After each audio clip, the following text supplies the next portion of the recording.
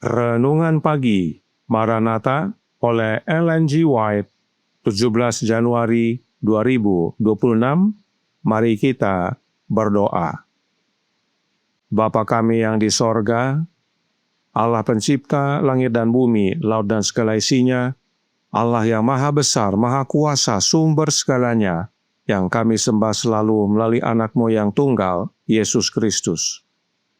Terpujilah Yesus, anak Allah yang maha tinggi, yang adalah roh yang menghidupkan bagi kami.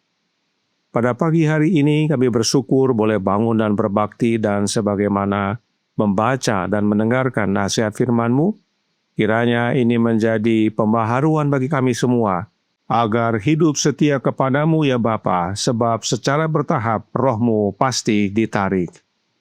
Beserta kami sepanjang perbaktian ini, kehendak-Mu yang jadi. Ampun kami akan dosa dan salah, karena kami berdoa hanya dalam nama anak Allah yang tunggal, Yesus Kristus, yang adalah Tuhan dan Juru Selamat kami. Amin. Renungan pagi hari ini, tanggal 17 Januari tahun 2026, berjudul Penghakiman Allah di Negeri. Ayat inti terdapat dalam Lukas 21 ayat 26 yang berbunyi, "Orang akan mati ketakutan karena kecemasan berhubung dengan segala apa yang menimpa bumi ini." Oh, sekiranya umat Allah memiliki kesadaran akan kehancuran ribuan kota yang hampir sepenuhnya tenggelam dalam penyembahan berhala.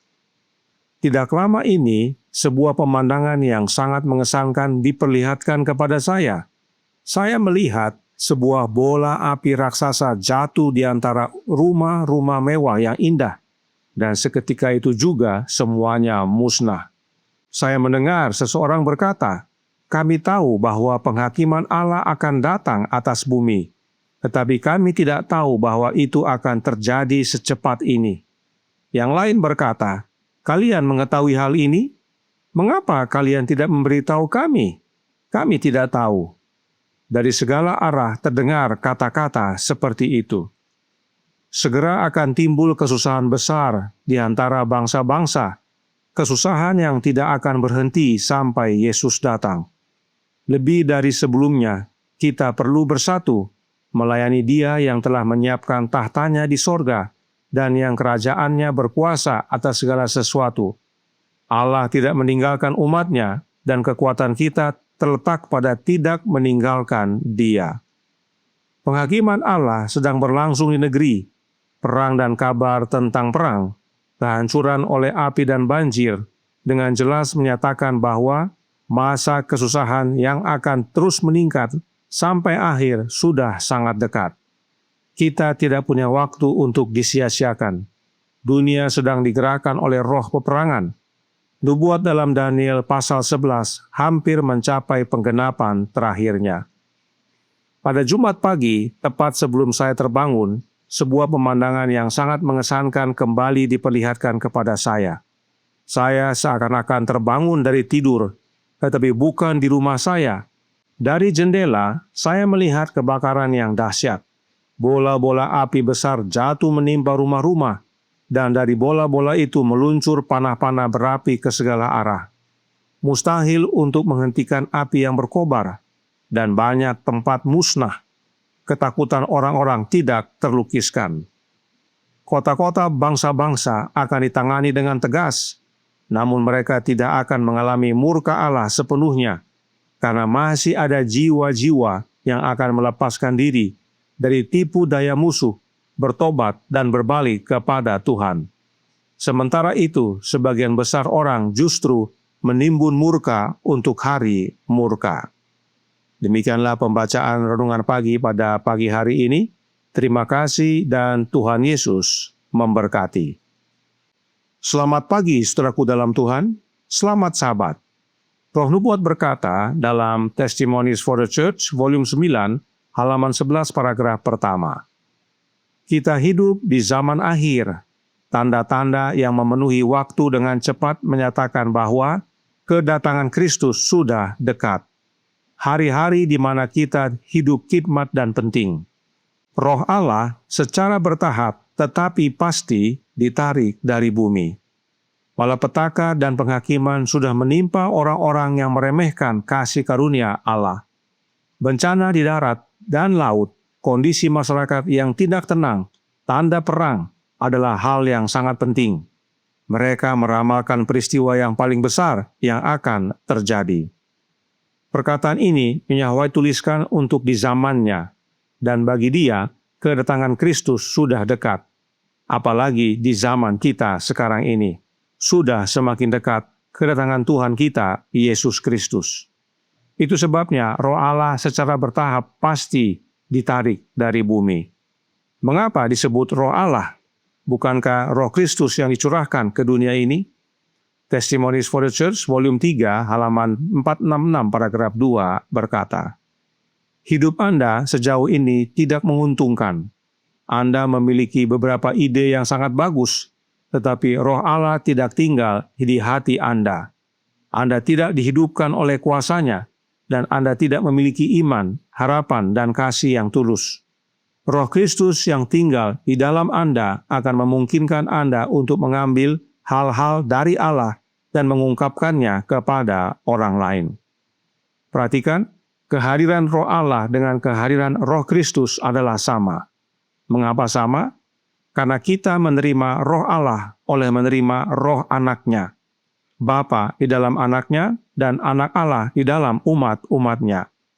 Jadi, saat dikatakan Roh Allah secara bertahap ditarik dari bumi, maka itu artinya Roh Kristus ditarik secara bertahap dari bumi. Nah, apa hubungannya Roh Allah ditarik dengan penghakiman di bumi?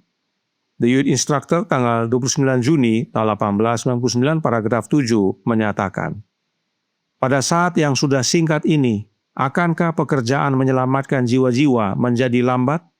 Akankah hanya sedikit yang dapat dilakukan? Ketika kutukan dosa telah tumbuh sedemikian rupa, sehingga Roh Allah yang dihina, ditolak, dan disalahgunakan ditarik dari bumi, secepat Roh Allah diangkat, pekerjaan kejam setan akan dilakukan di darat dan di laut. Penghakiman melalui api dan banjir akan meningkat dalam kengeriannya, karena setan mengklaim panen jiwa-jiwa dalam kehancuran. Inilah yang disampaikan oleh kutipan di awal tadi, bahwa saat Roh Allah secara bertahap ditarik dari bumi, malapetaka dan penghakiman menimpa orang-orang yang meremehkan.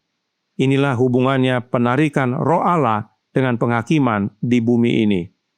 Renungan hari ini berkata dalam paragraf 3 dan paragraf 4 serta paragraf 5. Saya melihat sebuah bola api raksasa jatuh di antara rumah-rumah mewah yang indah, dan seketika itu juga semuanya musnah. Segera akan timbul kesusahan besar di antara bangsa-bangsa, kesusahan yang tidak akan berhenti sampai Yesus datang. Penghakiman Allah sedang berlangsung di negeri. Perang dan kabar tentang perang, kehancuran oleh api dan banjir, dengan jelas menyatakan bahwa masa kesusahan yang akan terus meningkat sampai akhir sudah sangat dekat. Kesusahan besar di antara bangsa-bangsa sudah mulai terjadi. Perang dan kabar perang sudah mulai terjadi. Kehancuran oleh api dan banjir sudah mulai terjadi. Artinya, Roh Allah sudah mulai ditarik. Karenanya, malapetaka dan penghakiman akan semakin meningkat. Bahkan Roh Nubuat berkata dalam Testimonies for the Church, volume 9, halaman 11, paragraf 2. Kekuatan jahat sedang menggabungkan kekuatan mereka dan memperkuat diri. Mereka sedang bersiap untuk krisis besar terakhir. Perubahan besar akan segera terjadi di dunia kita, dan pergerakan terakhir akan berlangsung dengan cepat.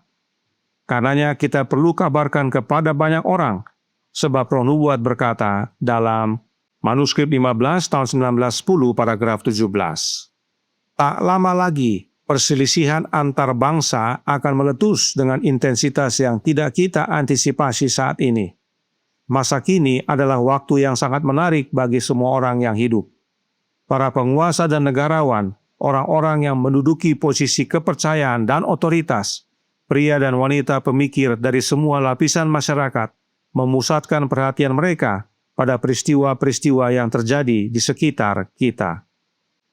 Mereka mengamati hubungan yang tegang dan gelisah yang ada di antara bangsa-bangsa.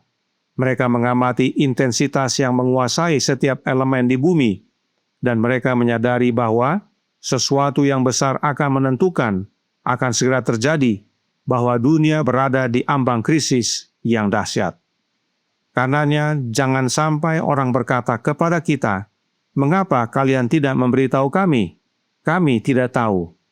Oleh sebab itu, perkataan berikut ini kiranya menjadi doa kita. The Review and Herald, tanggal 24 November tahun 1904, paragraf 13. Bekerjalah, oh bekerjalah, dengan pemandangan tetap pada kekekalan. Ingatlah bahwa setiap kuasa harus dikuduskan. Suatu pekerjaan besar harus dilakukan. Biarlah doa terucap dari bibir yang tulus. Ya Allah, kasihanilah kami, dan berkatilah kami, dan biarlah wajahnya bersinar atas kami, agar jalanmu dikenal di bumi, dan keselamatanmu di antara semua bangsa. Tuhan memberkati, saya bawa dalam nama Yesus. Amin. Mari kita berdoa. Bapa kami yang di sorga, Allah pencipta langit dan bumi, laut dan segala isinya, Allah yang maha besar, maha kuasa, sumber segalanya, yang kami sembah selalu melalui anak-Mu yang tunggal, Yesus Kristus. Terima kasih atas nasihat yang penting bagi kami, suatu amaran dan panggilan, bahwa Yesus datang segera, dan Roh Allah ditarik secara bertahap dan pasti dari bumi ini, sehingga kami harus kabarkan kepada banyak orang, agar semakin banyak orang yang tahu bahwa Yesus datang segera. Karenanya tolong kami ya Bapa, karuniakanlah Roh anak-Mu dalam hidup ini, sebab hanya dengan memiliki rohnya Kristus, maka kami dapat bekerja, dapat berbuat, teristimewa menjadi juru kabar-Mu yang penuh kuasa, menyatakan kepada dunia kedatangan Kristus yang sudah semakin dekat. Dan kiranya banyak jiwa yang bertobat kembali kepadamu, ya Bapa. Beserta kami sepanjang hari ini kehendak-Mu yang jadi, ampun kami akan dosa dan salah, karena kami berdoa hanya dalam nama Anak Allah yang tunggal, Yesus Kristus, yang adalah Tuhan dan Juru Selamat kami. Amin.